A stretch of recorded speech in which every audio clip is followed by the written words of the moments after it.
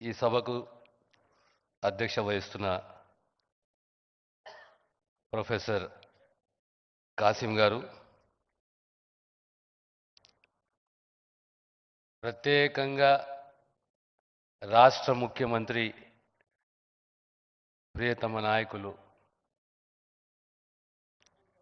వారిని సన్మానించాలే.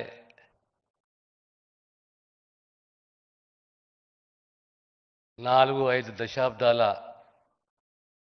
కల సాకారమైంది. వారి సభకు రావడము, మనము సన్మానించుకోవడము అదృష్టంగా భావిస్తాను. సహచార మంత్రివర్యులు అడ్లూరి లక్ష్మణ్ గారు, పెద్దలు కడియం శ్రీహరి గారు,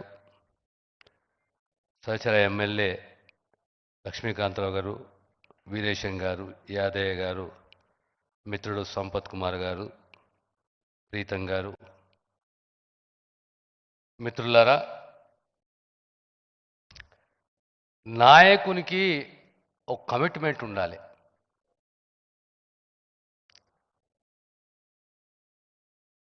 ఆ కమిట్మెంట్ కొరకు ఏ స్థాయికన్నా పోయి దాన్ని సాధించే దిశగా రాజకీయాలుంటే ప్రజల హృదయాలను తాకే నాయకుడు అవుతాడు.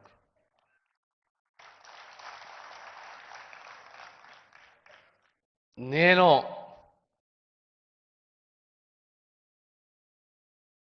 మన ప్రియతమ నాయకుడు ముఖ్యమంత్రి గారు ఎప్పుడు కూర్చున్నప్పుడు, ఇప్పుడు కాదు, 4 ఏళ్ల కింద 5 ఏళ్ల క్రితం, దమన అవన్నీ ఏం లేదు, ఒక్కరిని నయమడరా అంటుండే. నాకు అర్థం కాకపోతుండే. నువ్వు రా ఒక్కనివి అంటే నీ జాతి కావాలి నాకు.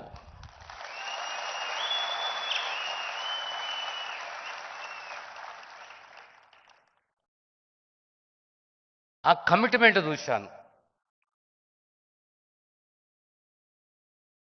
ఆగస్టు 1 11:30-12 మధ్యలో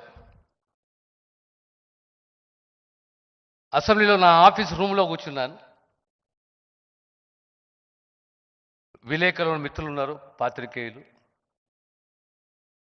టీవీలో వస్తుంది వార్త, సుప్రీంకోర్టు తీర్పు 6:1 Davinder Singh versus state of Punjab, case filed in 2010.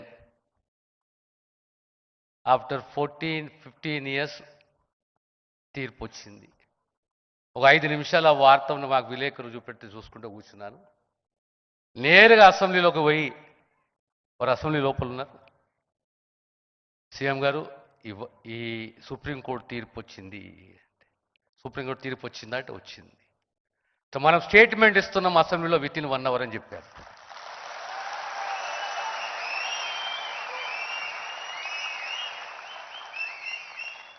అంటే 4 ఏళ్ల క్రితం 5 ఏళ్ల కింద దమన నువ్వు ఎంబడి ఉన్నదానికి అర్థం ఇది.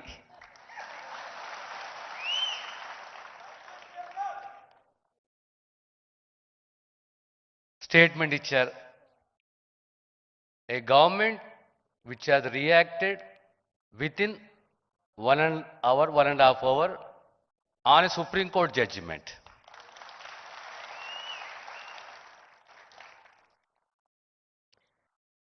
తర్వాత కమిటీలో మళ్ళీ పెద్దలు ఉత్తమ్ కుమార్ రెడ్డి గారిని చైర్మన్గా, నన్ను కో చైర్మన్గా, గౌరవ సహచర మంత్రులు, ఎంపీ వీళ్ళందరినీ నియమిస్తూ సెప్టెంబర్ 12 ఓ కమిటీ ఏర్పాటైంది. కమిటీ అన్ని అభిప్రాయాలు తీసుకొని ఓ 1 మ్యాన్ కమిషన్కు రికమెండ్ చేసింది. ప్రభుత్వం ఇమ్మీడియట్లీ జస్టిస్ షమీం అఖ్తర్ గారిని నియమిస్తూ ఉత్తర్వులు జారీ చేయడం, వారు అన్ని జిల్లాలు పర్యటించడం, అర్జీలు స్వీకరించడం, 82 రోజులలో 199 పేజీల రిపోర్టు ప్రభుత్వానికి ఇవ్వడం. ఆ రిపోర్ట్ని ఇమ్మీడియట్లీ క్యాబినెట్లో పెట్టి 2 రోజుల జాప్యం కాదు, ఒకటే రోజు క్యాబినెట్లో పెట్టి క్యాబినెట్ ఆమోదించడం.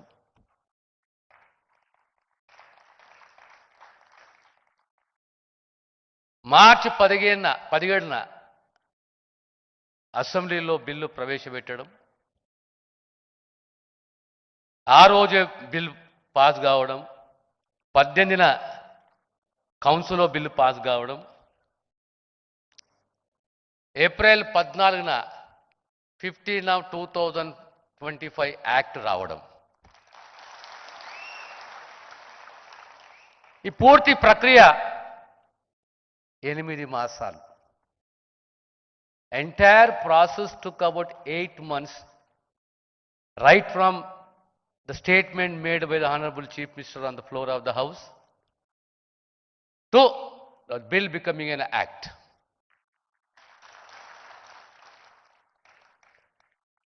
అంటే నాయకునికి కమిట్మెంట్ అనేది ఉండాలి.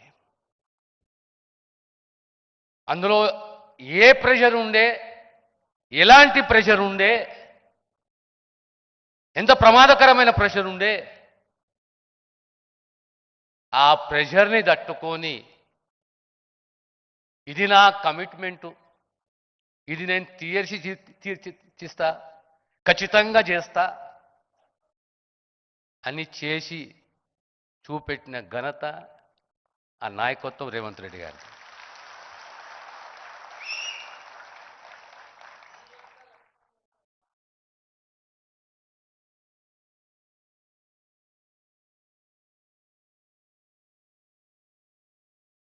బిల్లు ప్రవేశపెట్టడం నేను అదృష్టంగా భావిస్తాను.